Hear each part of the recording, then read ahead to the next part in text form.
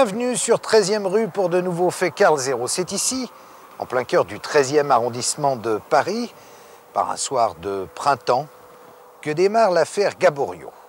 Il est 23h30 ce 10 juin 1999.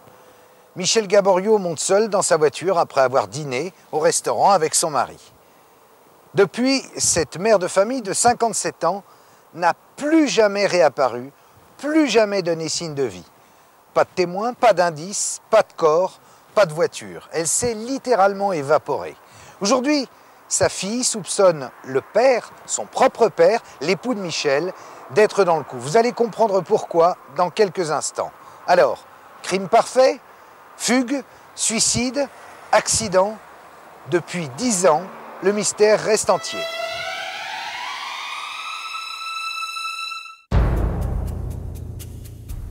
Michel a disparu hier soir, sommes effondrés.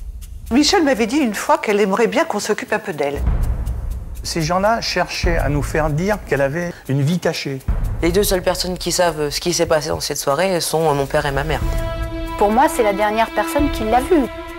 Il m'a dit, elle est partie avec un mec, J'étais un peu surprise parce que Michel, c'était une fille très sérieuse. Et cet argent qui a disparu comme ça, sans trace, c'est curieux. Il y aurait pu y avoir aussi une vengeance. On avait un individu qui avait un profil particulièrement inquiétant. Aucun de ses amis était le bon père de famille stéréotypé. Qu'est-ce qu'il y a donc dans ce véhicule qu'il ne faut pas retrouver? Si Michel avait eu un souci, est-ce qu'elle se serait confiée?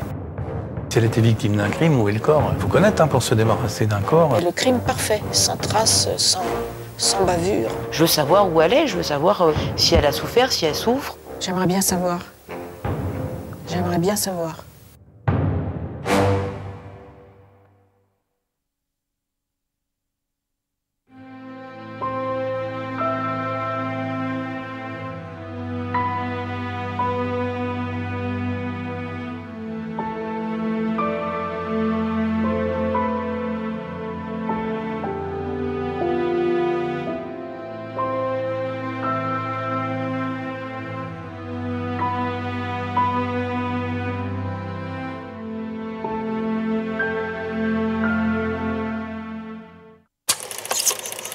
Sur ces images, Michel Gaboriau est radieuse. Nous sommes en septembre 97, elle marie son fils. Depuis qu'elle est en pré-retraite, Michel consacre beaucoup de temps à ses proches. Elle organise des déjeuners avec ses amis et l'après-midi, elle aide son mari dans sa librairie du 13e arrondissement de Paris. Une petite vie apparemment sans histoire. Donc comme tous les vendredis, je l'ai attendue à midi. On avait rendez-vous à midi. Midi, Michel n'était pas là. Midi et quart, midi et demi, pas de Michel. Alors à l'époque, nous n'avions pas de téléphone portable, ni elle ni moi, donc je suis partie. Annick appelle la boutique sur les coups de 15h30. Elle pense y trouver Michel, comme d'habitude. Son mari qui m'a répondu, il avait l'air très fâché, en colère, oui. Michel, elle n'est pas là, elle exagère, moi je n'ai pas encore pu déjeuner, je l'attends, je ne peux pas fermer la boutique. Et puis alors j'ai dit une chose que j'ai regrettée après. Je lui ai dit, écoute, tu vas quand même pas passer à perdu de vue et tu vas pas nous en faire toute une histoire. Jean-Michel Gaboriau s'impatiente. Son épouse doit prendre le relais à la boutique pour qu'il puisse aller déjeuner. Alors il appelle sa fille, Céline. Je lui dis qu'elle avait rendez-vous le matin à l'hôpital pour des examens. On appelle la clinique et elle ne s'était pas rendue à son rendez-vous. Étrange. Michel Gaboriau a manqué les 2 rendez-vous qu'elle avait ce matin-là. Et ce n'est vraiment pas dans les habitudes de cette femme rigoureuse et ponctuelle. Je suis arrivée à la boutique et son mari tout de suite m'a dit, ah, Michel est chez toi? Non, mais pourquoi? Non, Michel n'est pas chez moi. Ah bon, elle a disparu. J'ai su comme ça. Elle a disparu. Et il m'a dit, elle est partie avec un mec, Et le soir vers, je sais pas, 20h, 21h, le téléphone sonne, c'était Jean-Michel, pour nous dire que Michel n'était pas revenu. Alors là, j'ai commencé à m'inquiéter. La nuit tombe et toujours aucun signe de vie. Michel a disparu et tout le monde la cherche, en vain. Son mari et sa fille se résignent à prévenir la police et se repassent en boucle le film des dernières heures. Que s'est-il passé dans la journée de ce jeudi? Elle m'a déposée à la gare comme elle le faisait quasiment tous les matins. Après, elle est rentrée au pavillon, elle a fait sa matinée, elle a s'occupé de la maison et tout. Au coup de 11h, 11h30, elle a dû partir à la boutique pour remplacer mon père. Ensuite, maman s'est rendue chez le coiffeur, qui se trouve juste à côté de la boutique. C'est là que je l'ai vue. Avant d'aller dormir chez sa grand-mère, comme tous les jeudis soirs, Céline embrasse sa mère. C'est la dernière fois qu'elle la voit. Ensuite, ses parents dînent dans un restaurant du quartier. Monsieur préfère aller passer la nuit dans le studio situé au-dessus de la boutique pour être sur place plus tôt le lendemain matin. Michel est censé rejoindre en voiture le domicile familial de Clamart. Au plus tard, à minuit, elle aurait dû être rentrée à la maison. Et elle n'était pas rentrée à minuit, ni même à 2h du matin, puisqu'une voisine est sortie à 2h du matin pour sortir son chien et elle s'est rendue compte que les volets étaient encore ouverts, chose qui est impossible. Si maman était rentrée, elle n'aurait jamais laissé les volets ouverts. C'est donc le jeudi 10 juin, vers 23h30, que Michel a été vu pour la dernière fois. Dans son entourage, l'angoisse s'installe. Odile et François, des amis de 30 ans, sont prévenus. Ils cochent ce jour noir dans leur agenda de l'année 99. On l'a su le 11. Michel a disparu hier soir à 23h30 entre Arago et Clamart. Sommes effondrés. Pour les proches, évidemment, l'enquête de police démarre trop lentement. Claudine refuse d'attendre les bras croisés. Elle prend les opérations en main. Tout de suite, moi, j'ai senti qu'il fallait faire quelque chose parce que c'est dans les premières heures qu'on peut être efficace. Après, j'avais tout à fait le sentiment qu'après, ce serait trop tard. Comme elle était partie avec sa voiture, d'après son mari, on s'est dit on devrait pouvoir trouver la voiture, au moins. On a patrouillé avec Claudine Lermet et Odile, ma femme, les rues du 13e, les rues du 14e. On a refait le chemin qu'elle aurait dû faire jusqu'à Clamart. On a tourné dans les cités autour de leur maison, leur pavillon, là. Et on n'a jamais rien trouvé, quoi, en fait. Une seule certitude, il s'est passé quelque chose d'inquiétant sur le trajet habituel entre le 13e arrondissement et Clamart. Accident, malaise, mauvaise rencontre. Où est Michel ? On s'est concentré sur la thèse de l'accident. Donc on a fait le tour des hôpitaux psychiatriques, des morgues, des tours des fourrières aussi par rapport à si la voiture avait été accidentée. On a pris des photos, donc l'affichage, et on les a mis sur le trajet du magasin jusqu'au pavillon. Pas de témoins, pas d'indices et pas de Michel. Quant à la voiture, elle reste introuvable. Désormais, la petite bande d'amis guette la moindre piste. On avait eu vent aussi, d'après un article dans le journal, d'une personne qui avait été repêchée dans le canal Saint-Martin, je crois, à Pantin, par là. Moi, je suis allée voir la police qui avait retrouvé ce corps.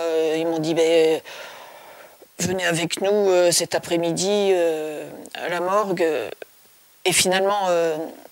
d'après les données, il ne s'agissait pas du tout de Michel. Alors les amis se cotisent pour faire appel à un magnétiseur et se raccrochent à des miettes d'espoir. D'après l'itinéraire qu'on lui avait donné, il se trouvait bloqué à partir des Gobelins et que de toute façon la voiture le gênait et qu'il ne voyait plus rien. Il a dit qu'elle n'était pas sortie du 13e. Jean-Michel Gaborio vit très mal la disparition de son épouse. Il se mure dans le silence et évite de se joindre aux recherches. Il avait plutôt une attitude d'homme gêné qui voulait taire la chose parce qu'il ne fallait pas que la clientèle soit au courant, il ne fallait pas ébruiter. Je vous dis, moi, il m'a reproché d'en avoir parlé aux amis. C'était un peu gênant pour lui. Si c'était une fugue, c'était pas forcément à son honneur. Hein. Quand vous vous faites larguer, ça ne doit pas être très agréable. L'été passe. On est maintenant sans nouvelles de Michel depuis 3 mois. Rien ne permet d'éclairer les circonstances de sa disparition, ni même d'affirmer si elle est encore en vie. La police commence alors l'audition des membres de sa famille et des proches. En rentrant des grandes vacances, comme il ne se passait rien du tout, ma femme a téléphoné à rue du Château des Rentiers pour dire « mais nous, on veut être convoqués ». François et son épouse espèrent pouvoir fournir des éléments utiles à l'enquête. Mais l'accueil des inspecteurs de police va les refroidir. Manifestement, ils ne partagent pas la même inquiétude. On avait l'impression qu'effectivement, les gens qui nous interrogeaient avaient un fil directeur. En l'occurrence, on avait l'impression que c'était la fugue qui mettait en avant. Et tout ce qu'on pouvait dire, à droite, à gauche, qui sortait un peu de leur ligne directrice, leur fil rouge. Ça ne les intéressait pas. Pour eux, c'est une affaire parmi tant d'autres. C'est une femme adulte qui a décidé à un moment donné, arriver à un âge de changer de vie ou de faire un break. En aucun cas, pour eux, c'est une disparition qui est inquiétante. On était un peu balayés du revers de la main en disant oui, vous regardez trop la télé. Vous lisez trop de romans policiers. Vous lisez trop de romans policiers. Et en tant qu'enfant, quand vous entendez tout ça, vous dites, mais on parle de ma mère quand même, là. Donc on est sorti de là. Oui. On était... effondrés. À nouveau effondrés, parce qu'on s'est dit, si c'est comme ça, on la retrouvera jamais. Non seulement on la retrouvera jamais, mais on ne saura jamais ce qui s'est passé, en fait, quoi. Gérard Desmarais, bonjour.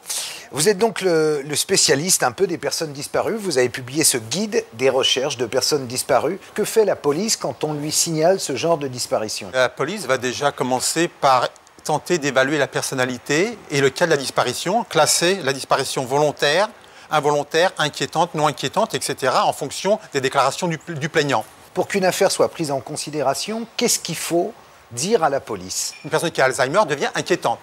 Une personne qui peut être dangereuse pour soi ou pour autrui est inquiétant. Une personne qui suit un traitement est inquiétant. Ou alors qu'il y a un événement rapporté par des témoins, laissant en vue la personne emmenée de force, etc. La disparition est dite inquiétante. Sinon, dans l'autre cas, il faut bien se forger une opinion. Dans les personnes disparues, il y en a quand même beaucoup qu'on ne retrouve pas. Et parallèlement, il y a ce qu'on appelle les enterrés sous X. On ne fait jamais de rapprochement entre les deux? L'enterré sous X représente entre 1000 et 2000 cas chaque année en France. On ne fait pas la prise ADN de personnes qu'on découvre. Bon, maintenant, c'est en passe de changer avec les fichiers quand même qui se mettent en place. La personne, pour Paris, région parisienne, est inhumée au cimetière de Thiers. 5 ans après, elle est déterrée pour être incinérée. C'est-à-dire on n'a plus de traces. Les mois passent et les services de police n'ont toujours pas l'ombre d'une piste. Michèle Gaborio est-elle toujours en vie? Si demain on m'apporte la preuve que maman est quelque part et qu'elle est la femme la plus heureuse du monde, mais je serai la fille la plus heureuse du monde. Simplement, à un moment donné, je veux des réponses, je veux être certaine que ma mère va bien, je veux savoir où elle est, je veux savoir si quelqu'un lui a fait du mal, si elle a souffert, si elle souffre. La police établit un certificat de vaine recherche après seulement 4 jours d'enquête. C'est court. Et le dossier va rejoindre la pile immense des affaires non élucidées. Mais la famille refuse d'en rester là. Des détectives vont être mis sur le coup à la demande de la famille. Il s'agit de la mythique agence Duluc, fondée en 1913. Tout mythiques qu'ils sont, vont-ils réussir à percer le mystère de cette disparition? Regardez. Le cabinet Duluc va mener des investigations de terrain, faire des enquêtes de voisinage et de personnalité. Bref, reprendre le dossier à zéro. Michel a disparu depuis déjà 2 ans. Des disparitions de personnes qui ne réapparaissent absolument pas, c'est quand même pas quelque chose qu'on voit tous les jours. Il semblait que Madame Gaborio ait une vie normale, tout à fait régulière. Bon, elle n'ait pas de relation sentimentale. Il n'y a rien qui laissait penser qu'elle aurait pu effectivement disparaître volontairement. Et comme souvent dans ce genre d'affaires, les détectives s'intéressent au couple. La rencontre remonte aux années 60. Michèle est alors une jeune fille de 22 ans. Elle travaille au service des réservations d'Air France. Elle va y faire la connaissance de ses meilleurs amis. Dans cette réservation, c'était un monde du travail donc d'avant 68, un peu strict, etc. Mais il y avait une ambiance très sympathique. Dans les agences de voyage, c'est pareil, la plupart du personnel, c'était des jeunes gens, des jeunes filles, tous à peu près dans les mêmes âges. Alors, il y avait des amitiés, des idylles qui se nouaient par téléphone et qui se concrétisaient après. Et Jean-Michel Gaborio travaillait dans une agence de voyage, Friedland, je ne sais pas si elle existe encore, et son nom de guerre, entre guillemets, c'était Stanislas.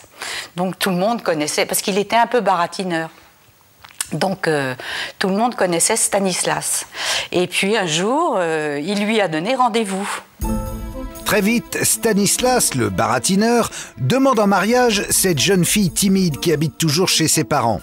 Après une enfance malheureuse au sein d'une famille recomposée, une éducation stricte et des relations tendues avec sa belle-mère, Michèle accède enfin à l'indépendance. En décembre 1967, Michèle est une jeune mariée resplendissante. Elle qui avait souffert un peu du manque de sa maman, sa première maman, puisque ma maman, c'est elle qui l'a élevée à partir de 5 ans à peu près. Donc elle a souffert de cette cassure de vie familiale un petit peu. Pour elle, la vie familiale était importante. Donc c'était le début de sa vie familiale à elle, son début de vie de femme. Au début de l'année 72 naît un premier enfant. Suivra ensuite une petite fille, Céline, 8 ans plus tard. C'est peut-être un couple un peu improbable puisque pas du tout les mêmes caractères, pas du tout les mêmes centres d'intérêt, mais un amour qui est né. Et je pense un amour qui était dans les premiers temps vraiment très fort et réciproque. J'étais un peu surprise parce que Michel, c'était une fille très sérieuse, très raisonnable, qui voulait tout diriger. Et lui, il était un peu... il aimait s'amuser, il aimait la bonne vie, il aurait aimé avoir une vie, je pense, différente. Bon, il avait peut-être un peu... Il aurait aimé sortir, mais il n'avait pas les moyens de tout ça. Ça détonnait un peu, ils avaient pas... Enfin, peut-être qu'ils se complétaient, hein. Il y en a un qui était un peu excité, puis l'autre qui était plutôt plus calme. Mais de temps en temps, elle était quand même pas facile. Hein. D'abord, elle avait une voix qui était assez forte et assez haut placée. Et ça donnait, hein, quand elle causait très fort, c'était impressionnant. Au fil des années, les relations se dégradent. Jean-Michel et la vie de famille, ça fait deux. C'était plus une envie maternelle qu'une envie paternelle de fonder une famille, quoi. C'était vraiment... je pense que la base de la discorde vient de l'agrandissement de la famille, quoi. À la maison, ça crie fort, et souvent. Mais contre toute attente, le couple reste uni pendant plus de 30 ans. Pour tous, ils sont l'incarnation d'une famille soudée et sans histoire.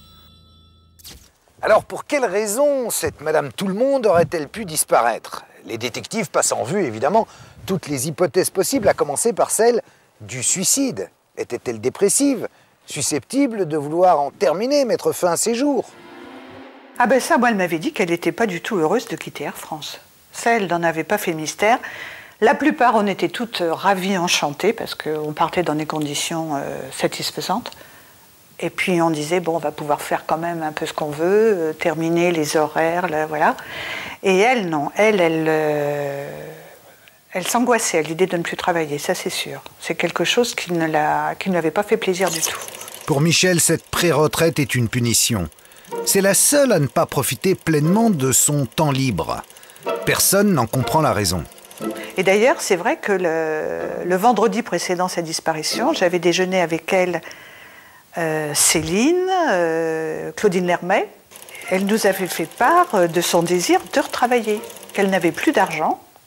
Alors ça, j'avais été quand même un peu étonnée, qu'elle n'avait plus d'argent et qu'elle souhaitait retravailler. Michel vient d'empocher 450 000 francs, soit 70 000 €. Alors de quel problème d'argent parle-t-elle?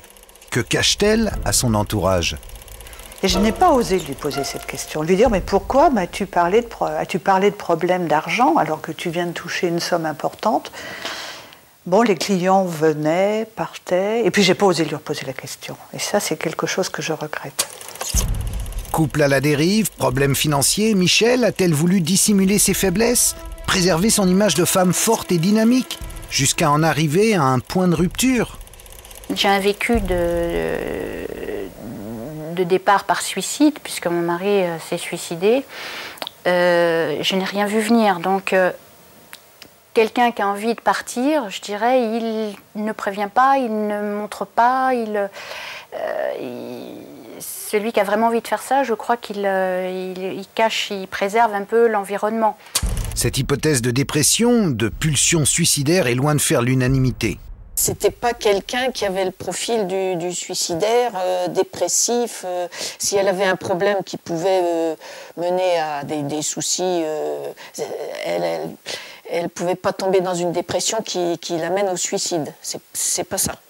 Si vous voulez, moi, dans Dans un cas difficile, moi j'aurais plutôt vu relever la tête que baisser les bras. Hein. Puis même, elle avait plein de projets dans la tête, elle avait envie de faire encore plein de choses. Elle avait commencé à acheter des choses pour ses petits-enfants, alors que mon frère n'avait pas encore d'enfants, ni moi-même, et nous n'en attendions pas.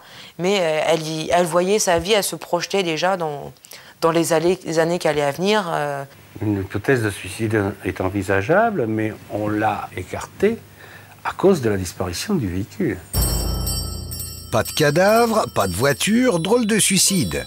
C'est pourtant la thèse qui a été avancée par la police. Pour eux, Michel a très bien pu se précipiter dans la Seine avec son véhicule et s'y trouver encore. Mon mari et moi, ce que nous avons fait tous les quais de Seine au départ après les quais d'Austerlitz. Donc on a fait tous les quais de Seine, on s'est aperçu que c'était quelque chose d'absolument impossible, parce que de toute façon, il y a des péniches presque partout, il y a des rebords, donc c'était impossible. Je vois pas quelqu'un qui se suicide et qui dit « Ah bah tiens, avant de me suicider, je vais cacher la voiture ». Je vois pas la démarche, là.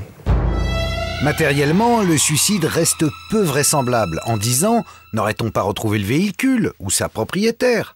Et la fugue? Cette mère de famille aurait-elle pu prendre la décision de tout quitter pour refaire sa vie loin des siens? Michel m'avait dit une fois qu'elle aimerait bien qu'on s'occupe un peu d'elle, qu'elle aimerait bien avoir une épaule sur laquelle se reposer. Mais la connaissant, elle adorait ses enfants. Elle serait jamais partie. Enfin, pour moi, c'est pas possible. Céline, alors âgée de 18 ans, passe son bac dans quelques jours. Michel, en mère poule, totalement dévouée à sa famille, aurait tout quitté du jour au lendemain. Difficile à croire pourtant, elle ne serait pas la première à avoir un amant. Le cabinet du Luc étudie le scénario de près. On n'a rien trouvé, aucun élément qui permette de dire que Mme Gaboriau avait une double vie ou des amants ou des choses dans ce genre-là. Est-ce qu'il y a un profil type de la personne qui veut disparaître volontairement? Tout le monde, à un moment, est prêt à disparaître. On a marre, métro, boulot, sexo, pour reprendre la trilogie commune. Tout le monde peut être épuisé du stress, le burn-out, envie de partir. Ou alors, on veut reprendre les rênes de sa vie. J'ai été assujetti à une famille, je me suis privé pendant des années. J'ai pensé à faire vivre la famille, à procurer le bonheur, etc. Maintenant, je veux vivre pour moi. Arrivé à la cinquantaine, je veux vivre pour moi. Je suis conscient de la mort à 50 ans déjà. À 30 ans, je ne suis pas conscient de la mort. 50 ans, oui, j'y pense. Comment est-ce qu'on fait? Disparaître, c'est relativement facile. En France, on avance le chiffre de 210 000 usurpations d'identité par an. L'OIPC, plus connu sous le nom d'Interpol, avance le chiffre de 35 millions de faux documents d'identité dans le monde. C'est plus facile pour une femme? C'est plus facile dans la mesure où elle change d'identité. Elle va déjà, mettons, dans un pays étranger. Elle se marie. Il lui suffit de faire une fausse attestation d'état civil en portant la mention divorcée. Photocopieur ou maintenant un scanner, tout le monde est faussaire en puissance. Est-ce qu'il y a des éléments intéressants dans la vie de Michel Gaboriau? Mais le fait que cette personne travaille à Air France, on peut nouer des amitiés à l'autre bout du monde. Et quand je pars, je vais en général dans un pays où j'ai des amitiés, où j'ai la langue, où je ne suis pas trop dépaysé quand même. Alors, ça peut être des pistes. Elle parlait, par exemple, d'aller au Maroc, etc. On peut très bien s'installer au Maroc. Vous ne déclarez pas au consulat du pays où vous arrivez. Vous vivez 10 ans dans un pays, sans problème. Tout majeur a le droit de disparaître en France. C'est une loi reconnue même maintenant au niveau européen. Si la personne a été retrouvée, il dit à la famille, la personne a été retrouvée, elle ne souhaite pas qu'on communique son identité, son nom, son adresse, rien. Aujourd'hui, on apprendrait que c'était une fugue et qu'elle est heureuse quelque part sur Terre. Nous, ça serait un vrai bonheur pour nous. La seule chose, c'est dans ce cas-là, on aurait souhaité qu'elle nous dise qu'elle est vivante, quoi. Tout le monde disait elle va réapparaître à Noël la première année. Non, évidemment, elle n'est pas réapparue à Noël. Non, moi, il n'y a qu'une chose possible pour moi, c'est le crime. Mais le crime parfait, sans trace, sans bavure. Alors s'il n'y a pas de suicide, s'il n'y a pas non plus de fuite, pas de disparition volontaire, qu'est-ce qu'il nous reste? Il nous reste la piste criminelle. Simplement, Madame Gaboriau est un peu transparente pour une piste criminelle. C'est une jeune retraitée sans histoire. Mais malgré tout, on va continuer à enquêter, essayer de comprendre et de négliger aucune piste. Crime crapuleux, vengeance, tout est possible. Elle aurait pu avoir des ennemis parce qu'elle avait un caractère tellement entier, tellement volontaire, c'est vrai que ce genre de personne peut déranger, parce qu'elle va au fond des choses, elle s'écrase pas, elle se laisse pas faire. Oui, elle peut avoir des ennemis. Pendant presque 30 ans, Michel Gaborio s'est occupé d'un couple de voisins âgés. À leur décès, c'est à elle qu'ils ont légué leur maison, un choix qui a fortement déplu à l'héritière directe. Entre les deux femmes, le ton est monté. Et elle s'était plus ou moins disputée avec Michel, qui ne devait pas être tendre dans ses propos non plus, lui disant vous êtes jamais occupé de vos grands-parents, etc. Donc on s'était dit, est-ce qu'il y aurait pas il y aurait pu y avoir aussi une vengeance?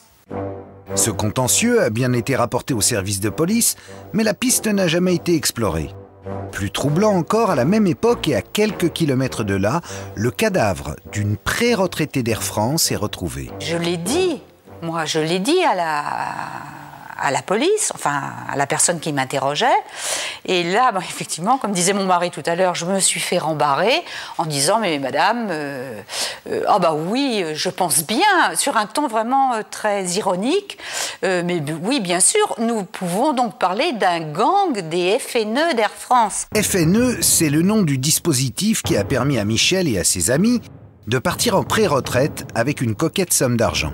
Donc je me disais, il y a peut-être un lien entre les deux, pourquoi pas? Donc ça a été complètement écarté. Il y a une piste que personne n'a encore osé évoquer. Et si l'entourage proche était impliqué dans cette disparition? Le mari, par exemple. Parce que c'est qui, Jean-Michel Gaborio? Le libraire du coin, c'est le nom de sa librairie. Quelle était la véritable relation qu'il entretenait avec Michel, son épouse? Et pourquoi refuse-t-il obstinément de parler aux détectives?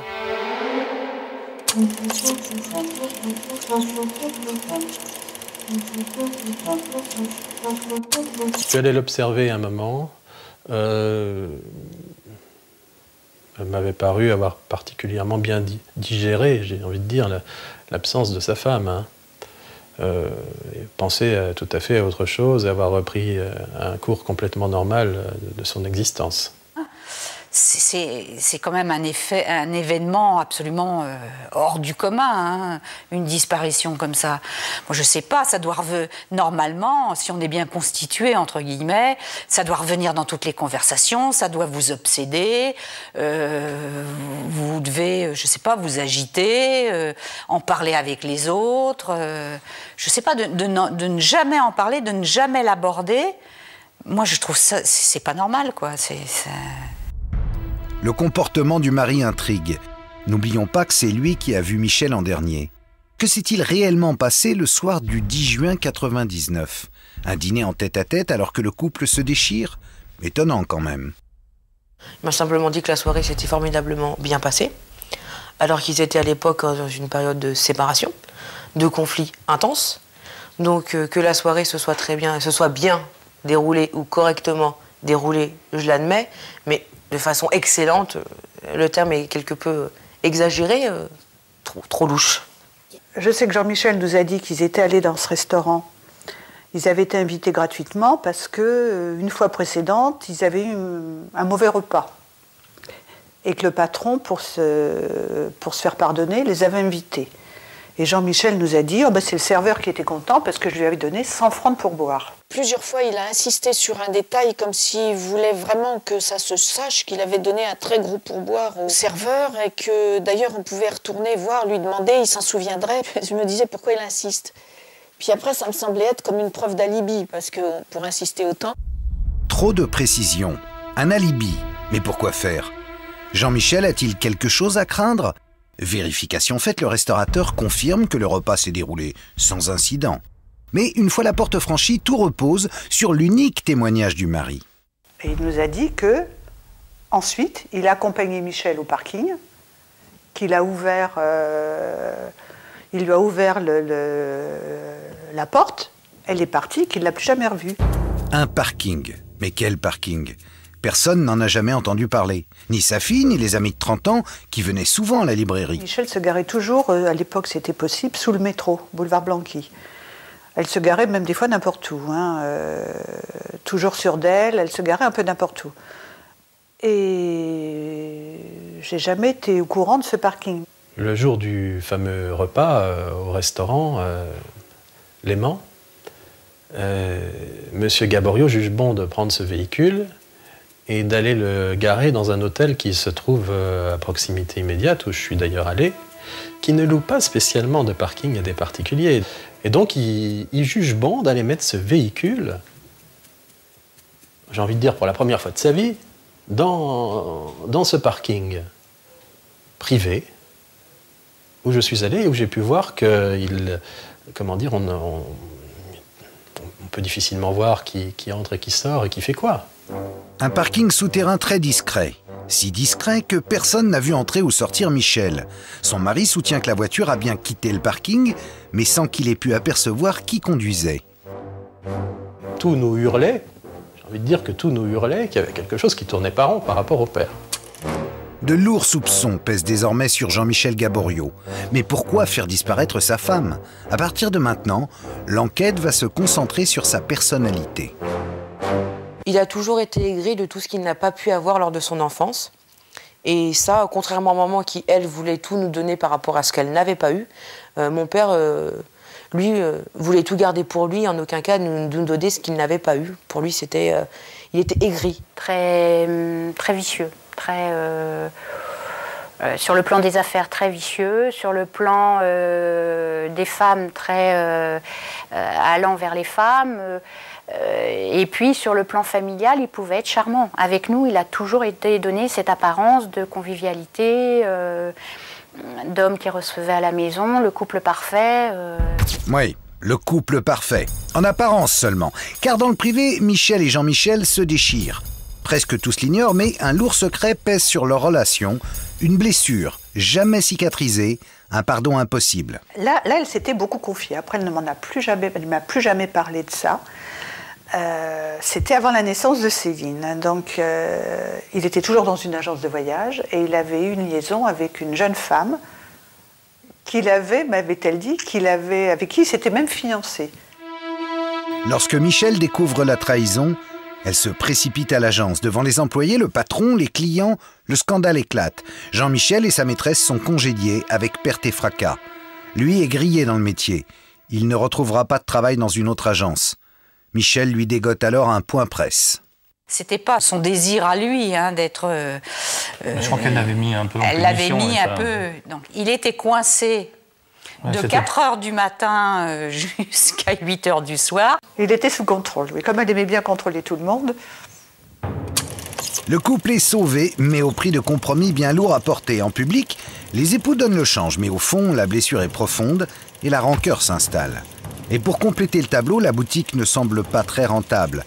Avec son salaire, Michel fait vivre la famille. L'argent devient un motif de discorde au quotidien. Il s'achetait toujours des belles voitures, il s'achetait une moto, il s'est payé des choses futiles pour lui. Par contre, quand il s'agissait de maman ou de ses enfants, ça ne l'intéressait pas.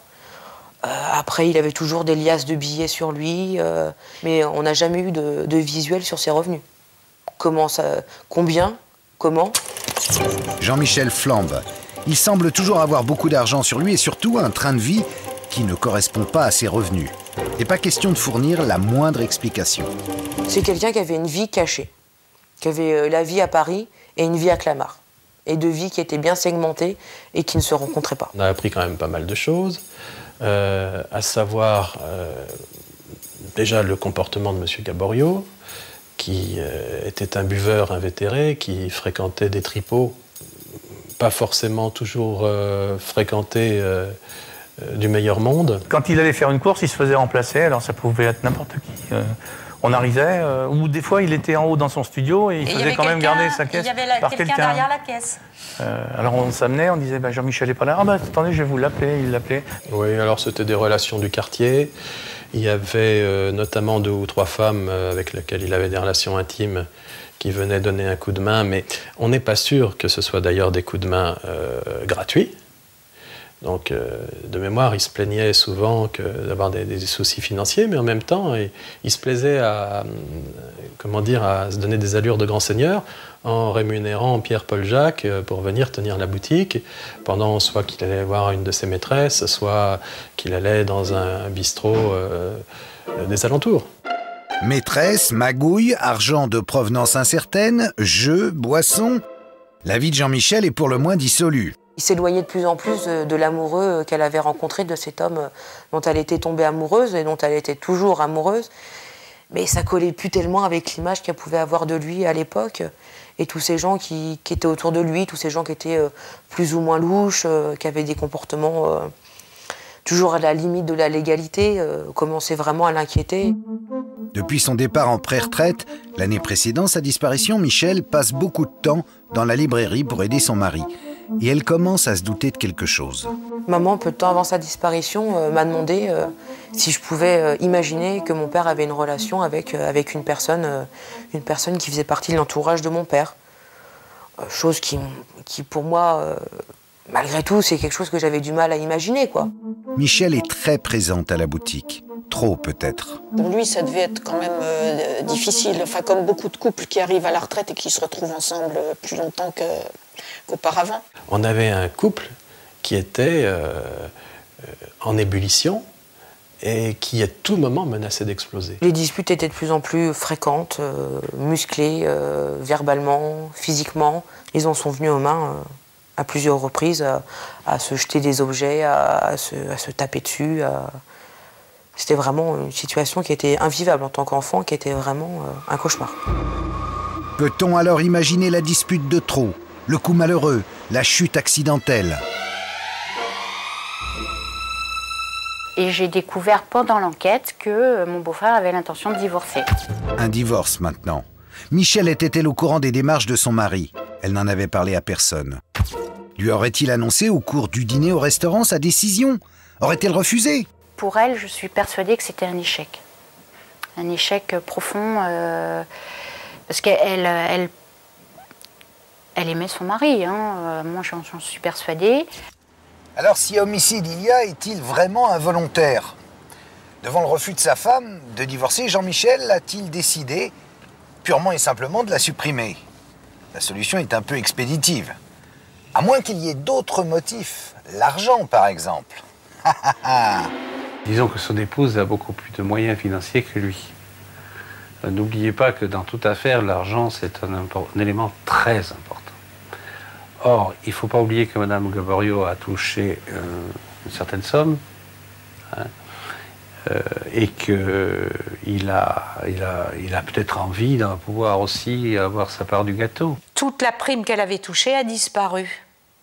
Nous, c'est la police qui nous a dit qu'elle avait retiré cet argent liquide. Du vin, des meubles, le mariage de son fils, les 450 000 francs semblent avoir fondu en 7 mois à peine. Michel était-elle frivole et dépensière? Une telle somme aurait-elle pu lui brûler les doigts?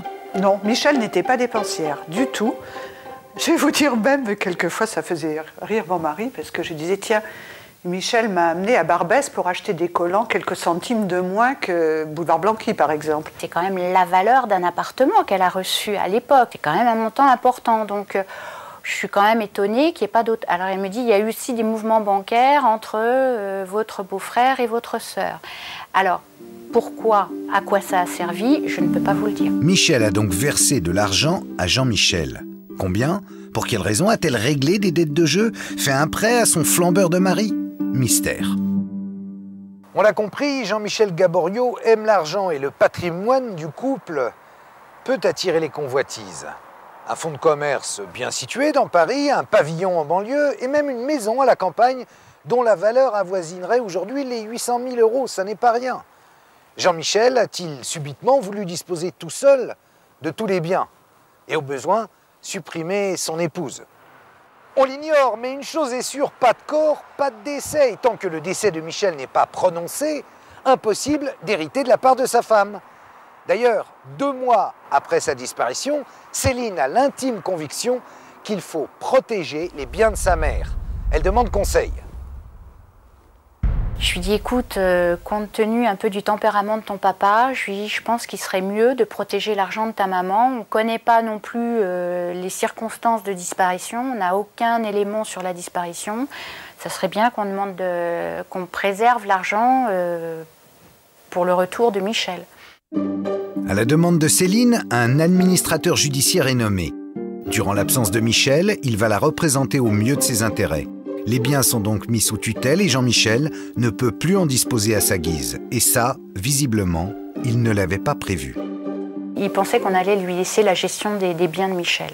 Bon, c'est sûr qu'on peut comprendre son comportement en disant « Tiens, plus personne n'a confiance en moi ». Il est sorti de ses gonds, quoi. Il est devenu violent, effrayant.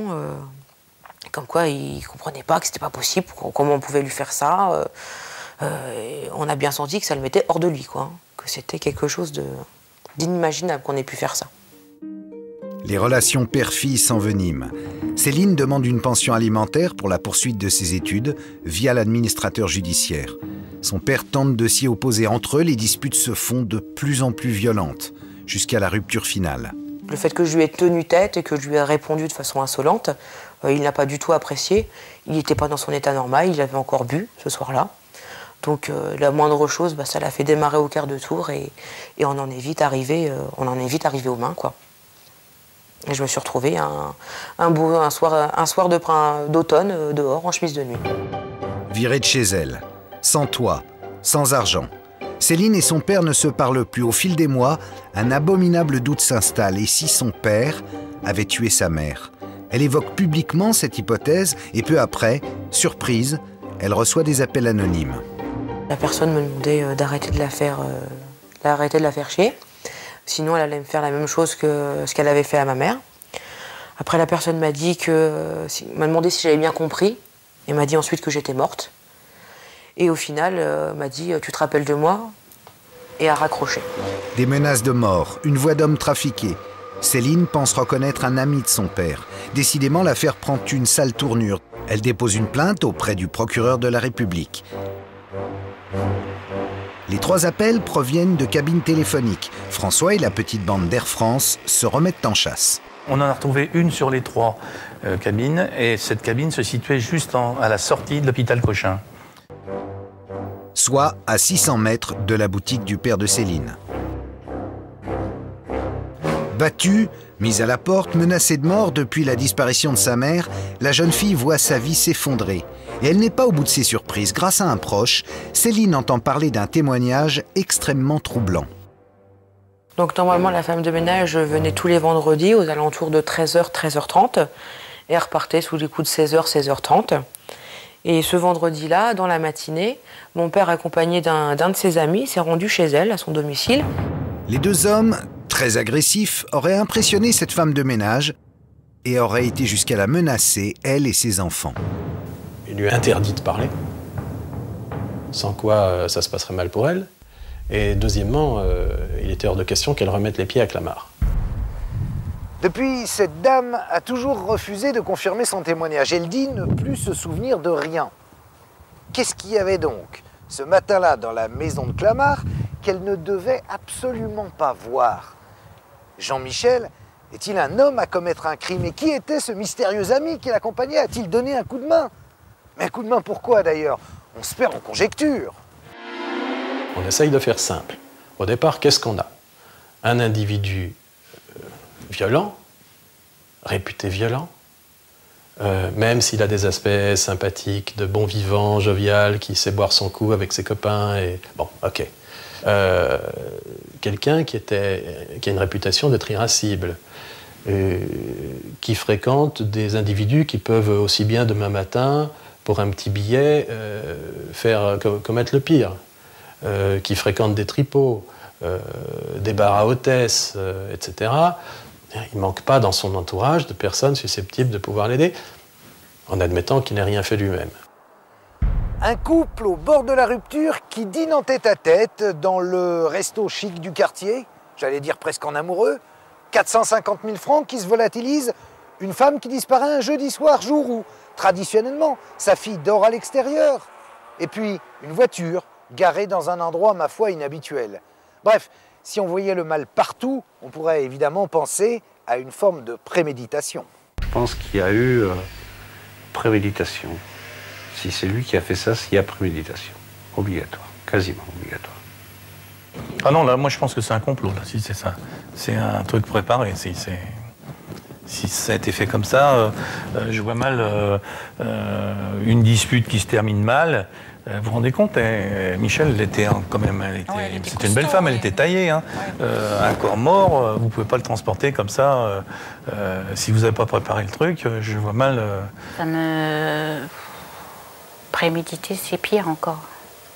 Préméditer, ça veut dire que c'est un acte. Je ne peux pas l'imaginer. Préméditation ou pas, l'enquête n'aura pas permis de faire la lumière.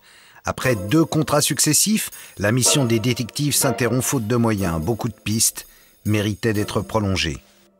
J'en conçois toujours, des années après, cette frustration de ne pas avoir pu faire cette chose toute simple qui est de prendre une masse pour casser les murs ou de prendre une pelle pour fouiller le sol.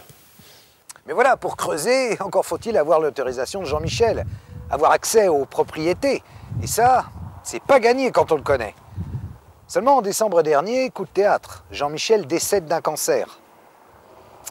Il était fâché avec tous ses proches, et il vivait dans une sorte de très grande solitude. Il part, emportant avec lui de lourds secrets. Et je l'ai eu au téléphone, bizarrement, peut-être une dizaine de jours avant son décès. Il m'a dit qu'il était très très mal. D'ailleurs, ça s'entendait, il avait la voix vraiment brisée par...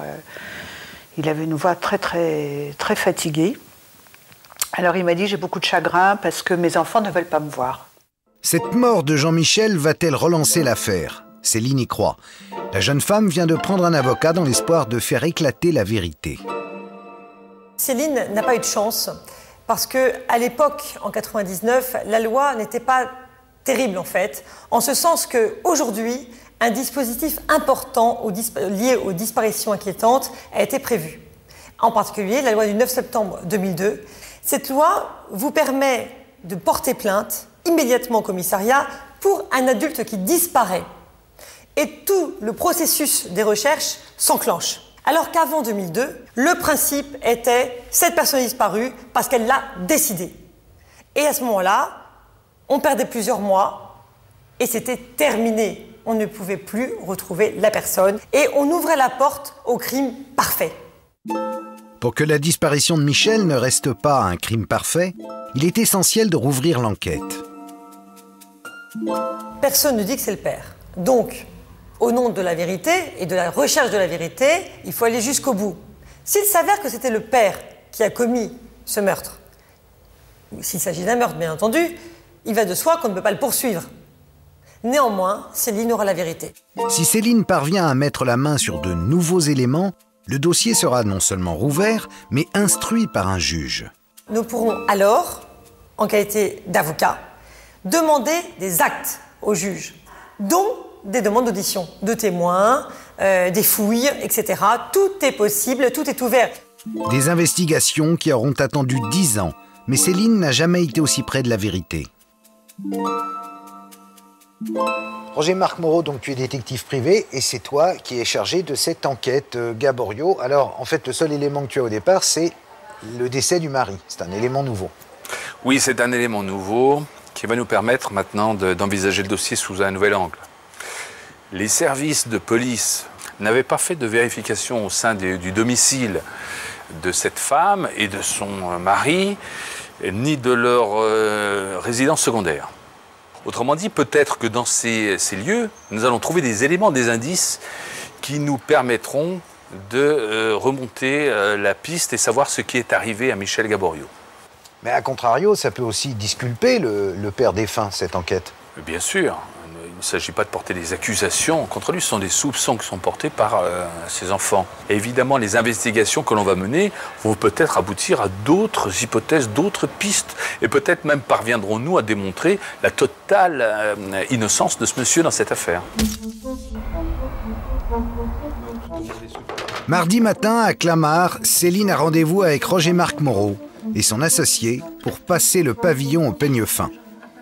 Des grandes affaires criminelles, Marne. En 10 ans, tout a changé ici. Dans un des tiroirs, Céline fait une découverte inquiétante. Alors, cette bague de fiançailles, avant sa disparition durant les dernières années, vous l'avez toujours vue avec cette bague au doigt. C'est incroyable de penser qu'elle serait rentrée ce soir-là Et avant de partir, oui, partir sans ses bijoux. Elle aurait enlevé cette bague qu'elle portait continuellement sur elle. Tout à fait. Parce que j'ai trouvé aussi cette broche que je lui avais offerte peu de temps avant sa disparition, quelques semaines avant, et que je lui ai vu porter le À quelle occasion? La fête des mères. La fête des mères. Donc elle y tenait, elle la portait le jour de sa disparition. Vous en avez la certitude? La certitude, puisque je l'ai vue le jour J, le jour de sa disparition, chez le coiffeur, et elle était sur sa veste. Elle l'avait le jour de sa disparition? Tout à fait. Et enfin, sa prothèse dentaire, que j'ai retrouvée aussi. C'était juste les dents de devant. Exactement. C'est-à-dire que si elle les retire, je veux dire, elle n'est plus présentable. Tout à fait. Pour une femme, est-ce qu'on pouvait imaginer qu'elle sorte sans sa prothèse? Non. La bague de fiançailles que sa mère ne quittait jamais, la broche qu'elle portait le jour de sa disparition, sa prothèse dentaire, l'étau se resserre. La fouille systématique de la maison va prendre plusieurs heures. Tiroirs, répertoire téléphonique, papier administratif, placard, buanderie, tout y passe. Mais c'est dans le garage que la visite va réserver une drôle de surprise. Montrez-moi. Alors, ça c'est un couteau. Ça se sert effectivement pour la chasse notamment. Il était chasseur? Non. Vous surprenez quelqu'un avec ça?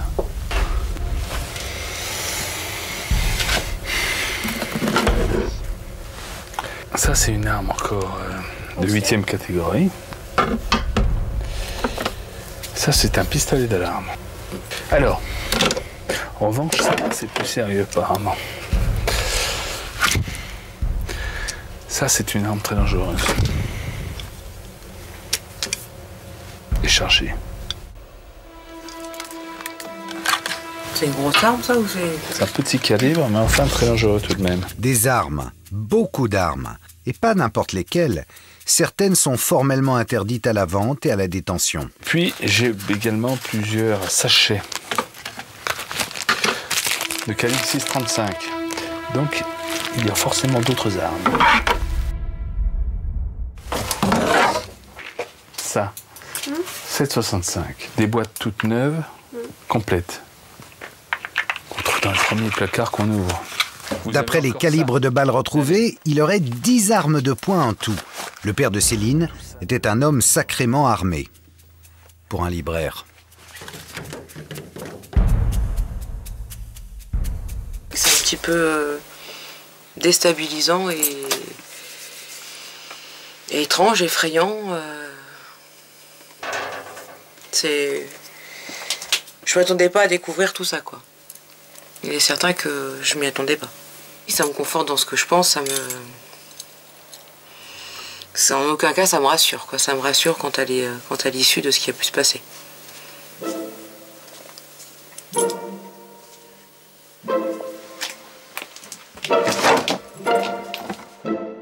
Pour Céline, le choc est rude. Ces découvertes ne font pas de son père un coupable, mais l'angoisse monte d'un cran. Les investigations se poursuivent dans la maison de campagne du Loir-et-Cher. C'est la première fois que la jeune femme y remet les pieds depuis 10 ans. Cette grange attire immédiatement l'attention de Roger-Marc Moreau. C'est ici que les époux Gaboriau avaient l'habitude de garer leurs véhicules. Et bien souvent, le sol s'est affaissé à cause des champignonnières qui fleurissent dans la région. Mais ça existe depuis combien de temps? Avant, c'était un tas, en fait. C'était un tas de sable. Nous sommes donc au-dessus d'une cavité naturelle recouverte de sable et de béton. Ce qui a pu se passer entre-temps... Il n'y a pas de dalle avant? Avant, non, c'était de la terre battue comme ça, là. Ah oui? D'accord. Truc blanc. Ah, très bien. C'est grossi en plus. Oui, oui. Ouais. Parce que là, on est à l'abri de tous les regards. Hein. On peut faire ce que l'on veut. Hein. Là-dessus, il n'y a pas de... Une bonne dalle comme ça, on peut cacher n'importe quoi. Une dalle construite après la disparition de Michel Gaboriau. Un travail d'amateur, un endroit discret à l'abri des regards. La clé du mystère se trouve-t-elle ici, quelques pieds sous terre? J'ai besoin que les choses soient claires, j'aime pas rester dans du doute. Donc éclaircir les choses, les mettre clairement et puis que maman puisse, si maman n'est plus de ce monde, qu'elle puisse reposer en paix, avoir un endroit où on puisse, nous, tous les gens qui l'aimons, nous puissions nous recueillir. À l'heure où je vous parle, les investigations menées par le détective privé ont commencé à porter leurs fruits. L'avocate de Céline va prochainement communiquer ces éléments à la justice, avec en ligne de mire, évidemment, la réouverture de l'enquête sur la disparition de Michel Gaborio. C'est donc une affaire à suivre dont nous ne manquerons pas de vous parler sur 13e rue. Bonsoir.